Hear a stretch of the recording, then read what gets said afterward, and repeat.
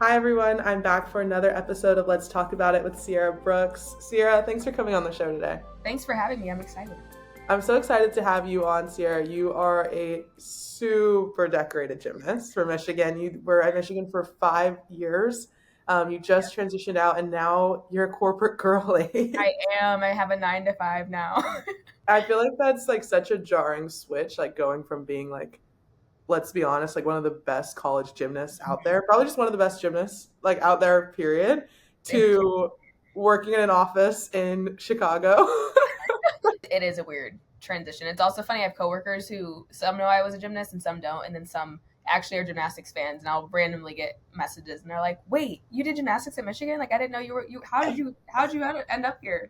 It's funny. It's like I enjoy it though. So much to unpack there, right? But it's like, wait, you were a really good athlete. What are you doing at this like consulting firm? Do you have like a good job? Like that's weird. I didn't know athletes could do that. But I remember, I think it was like maybe early summer, I saw an Instagram story from you kind of just joking about working out like post Hmm. gym and how different it was for you. And so I just want to talk about that today and just kind of Yeah. give some guidance and maybe some jokes for the people who are struggling because I would be one of those people, but I just can't let go. Like I Okay, just I'm can't let not there yet. Let's Awesome. just start off with the obvious thing of like, how do you Hmm. go from working out every single day Hmm. and kind of having that accountability Yep. to you could never touch a weight again and it would be fine? That's How do so you go true. It's definitely a weird transition. I think one good thing for me is I enjoy working out, and it's definitely something that I use to clear my head and just kind of get my day started. So there was no quick fall off, I guess. In general, it definitely is a big shift, and I think you definitely have to separate yourself from the mindset that, okay, I missed a workout, that's going to negatively impact me from an athletic standpoint, from a performance standpoint, because I definitely thought like that for the last however many years, like the last 20 plus years. If I had a vacation or just anything where I was a little bit off from my athletic schedule, I would immediately think of almost like the consequences of it. Yeah. At least mentally, like my body, you miss one workout, your body's gonna be totally fine. But mentally, I'm like, oh, I'm gonna be stiff, or I'm just not gonna be as accurate with my skills. So those are still mindsets that I feel myself fall into randomly if I just have a busy work week and I don't have time to work out. It's kind of just learning to be patient with yourself and use working out for what it is. Like it's a very good way to stay healthy and just be in tune with your body. And I think also just doing things with other people also just always helps. So like I'm saying, like the workout classes helped me a lot. My roommates, I ran a half marathon at the end of last year, so That's that was awesome. hard. And it was very impromptu. My roommate was signed up for the half, and it fell on my birthday. And I heard about this, and I was like, I should sign up for this half because that's giving me something fun to do on my birthday. Fun is relative here, but it's stuff like that that kind of reminds you of sport Yeah. because it was fun to go do something. It's in a race format, you get a medal. Like it kind of reminds you of athletics in some way, shape, or form. I have to say there is like a big Division 1 athlete to marathon. It's so. I'm running the Chicago Marathon this year. It's literally Like the pipeline is crazy. are there like recruiters at graduation? Like, because no, I'm just being honest. Because No, I know. I look back at like my Cornell alum Mhm. teammates. I think at least two of like the last five that we had are all like running and have Strava. And I think you're right. I think that goal and there's a discipline Mhm. to the training. And I don't know if I'll participate in that. I'm definitely more of a core power Okay. girly, but I Yep. will say like that kind of nagging voice that you have as an athlete to constantly striving for more, like you're not pushing hard enough, that you have to compete.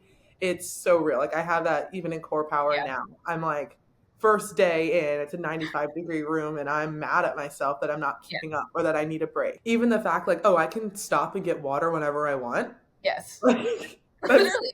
that's Yep. such a different experience. It's crazy. It's crazy. You could wake up. I've done this before. Very rarely. I use ClassPass for my workout classes, and if you cancel, you get a fee. But there's been one or two times where I'm truly just too tired and I cancel the class. And that's something that you obviously can't even imagine because if you didn't show up to lift, there were consequences to not showing up to lift. So it's weird having all that obviously like independence to do what you want. And like you said, separating the Yeah, mentality of it where I'm like, okay, this is not the end of the world that you decided to sleep today. Like right. it's okay. How has it changed your overall mindset, realizing that you don't have to do everything at your absolute best and Mhm. realizing nothing happens. Like there's no like consequence.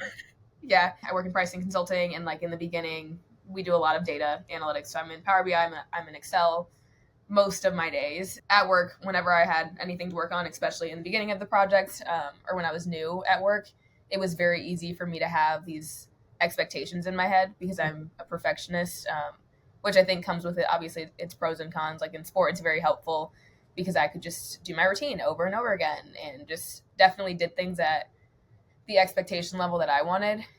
But coming into work, you have to learn how to do things, and there's sometimes no other way to learn than just obviously failing. And I think that's something that was hard for me. But once it happened and I survived, and I still had a job, and like, there was really no truly like bad repercussions. And I learned, okay, like you doing this really minute thing the wrong way the first time is not going to really hurt anything or anyone, was really important for me to learn. And I think now I definitely just approach work more specifically with a different mindset. And I think it does carry over to life too. And it's just more so like being patient with myself and understanding things are different. Like working a 9 to 5 for the first time is hard. Living without having my days scheduled out from morning to night for the first time in my life is super hard. Yeah, it's been a mental shift. And I will say I definitely still battle in the back of my mind sometimes where because I'm not doing as much as I used to do. Like in school, I was doing so many things. Like I'm doing gymnastics, I'm doing school, I'm working, I'm president of SAC, and I just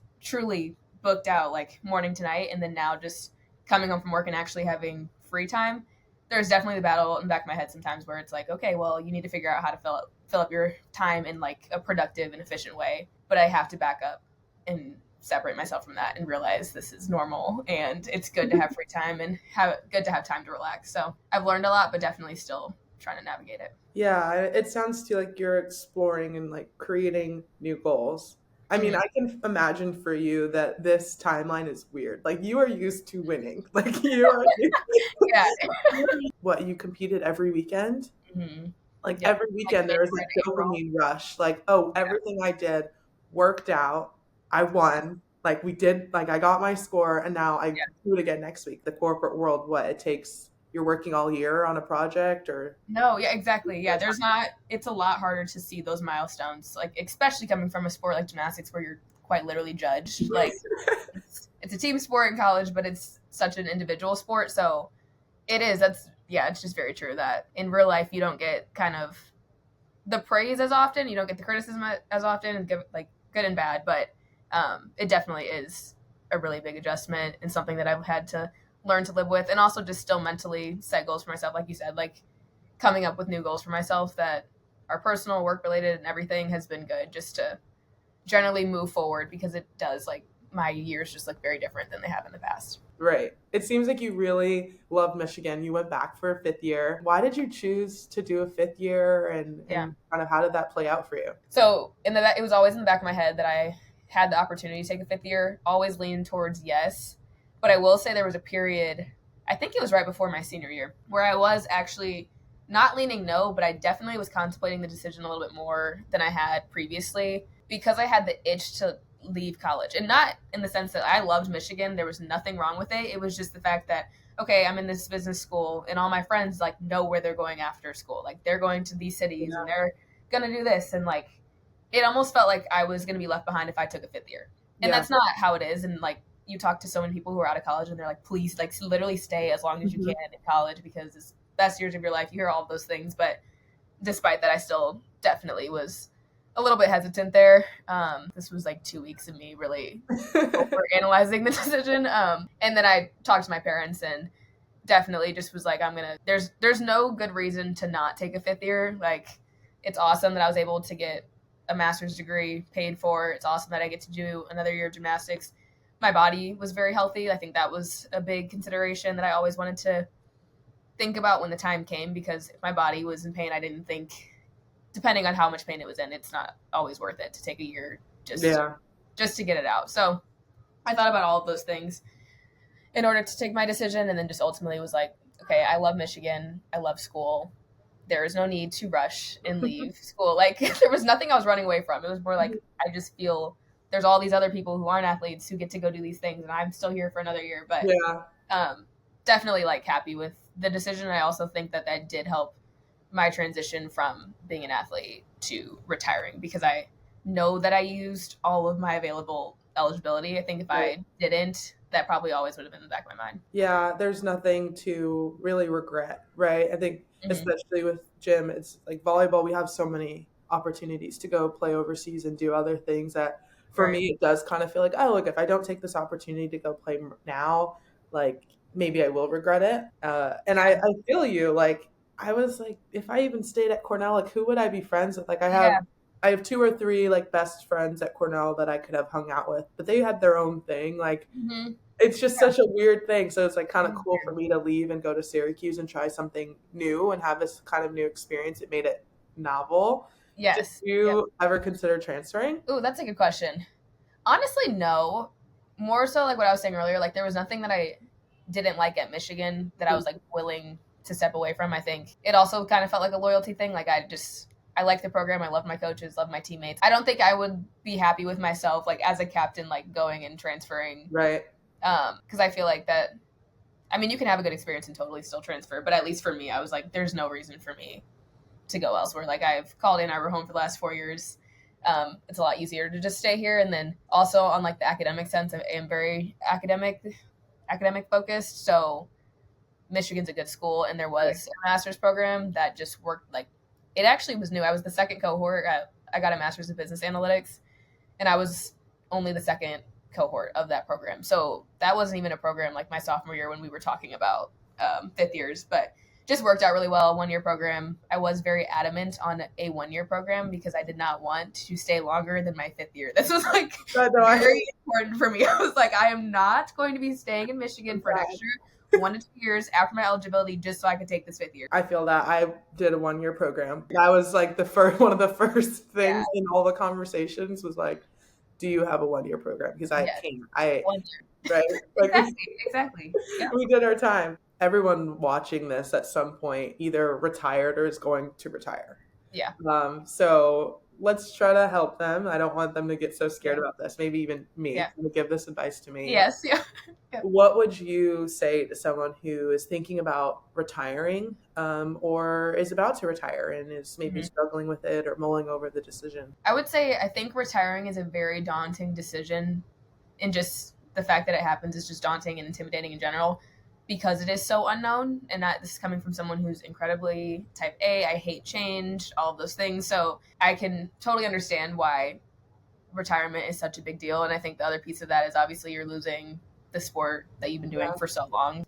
So I think it's important to recognize all of that. But then I think what helped me was kind of separating throughout my entire time doing gymnastics. I tried very hard to listen to people when they're like, don't say you're like Sierra the gymnast, like you're Sierra and you do gymnastics. Like separating yourself. It's cool to be an athlete, but like that's not the only thing that you are. So I think having that mindset when I went into retirement, I actually made it a lot helpful because I was like, I'm the same person. I'm just not doing the sport anymore. Like that's all that's happening here. And then I think what also just helped me approach this entire thing was just coming up with things to get excited for. I think this is something we can all relate to. Like during when I was still in college, preseason was so hard. We would live for football games. We're like, okay, the football game is like 4 days away, like so close. And then you get into season and you're excited for the meet. So I think it's always good to have something that you're looking forward to. And for me, it was good to come up with things to look forward to that I could truly enjoy post retirement. Like there's very niche things. Like I went to Europe after I retired, which was really cool because that's something I could have done when I was an athlete, but I wouldn't have enjoyed it to the same degree because I would have been worried about, okay, am I working out? Am I like doing all these things to ensure that when I get back, my transition back into my practices and stuff is as smooth as possible. And retirement's enjoyable from that lens where you start to think about like, oh, I get to like enjoy these things in ways that I didn't. It's small stuff like that that you will grow to appreciate, and it makes retirement a lot better.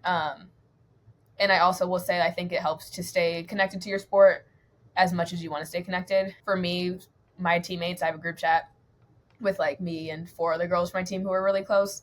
We're all retired at this point. So we get to talk about gymnastics together Mm-hmm. whenever we want to bring it up. And it still makes me feel like the same way that I felt when I was doing gymnastics. Like we'll keep up with season and like we will see something from Michigan like ourselves and we'll like chat about it. So I think making sure you have some sort of connectivity, you not doing that sport anymore isn't going to remove all of the people and like all of the everything you built when you did this sport.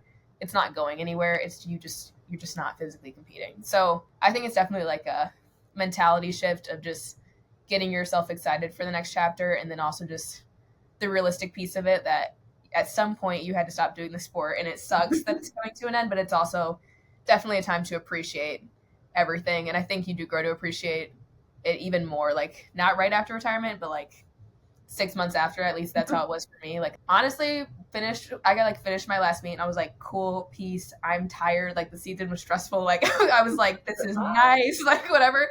And then it was like October of last year and I was like, dang, like I'm actually done. And you had kind of have those moments where it's sad, but you've seen everything that you've done and you're still standing and you realize, okay, it's nice, my body's not sore and I don't have to go to practice every day. And you just have kind of those thoughts too. But I'd say those are my biggest pieces regarding retirement. Thank you so much for coming on the show, Sierra. Thanks, I appreciate it. This was fun. Hey guys, it's Sydney. I hope you enjoyed this episode of Let's Talk About It. If you did, make sure to leave a review and send it to a friend. Let's keep this conversation going. I'll see you guys next week.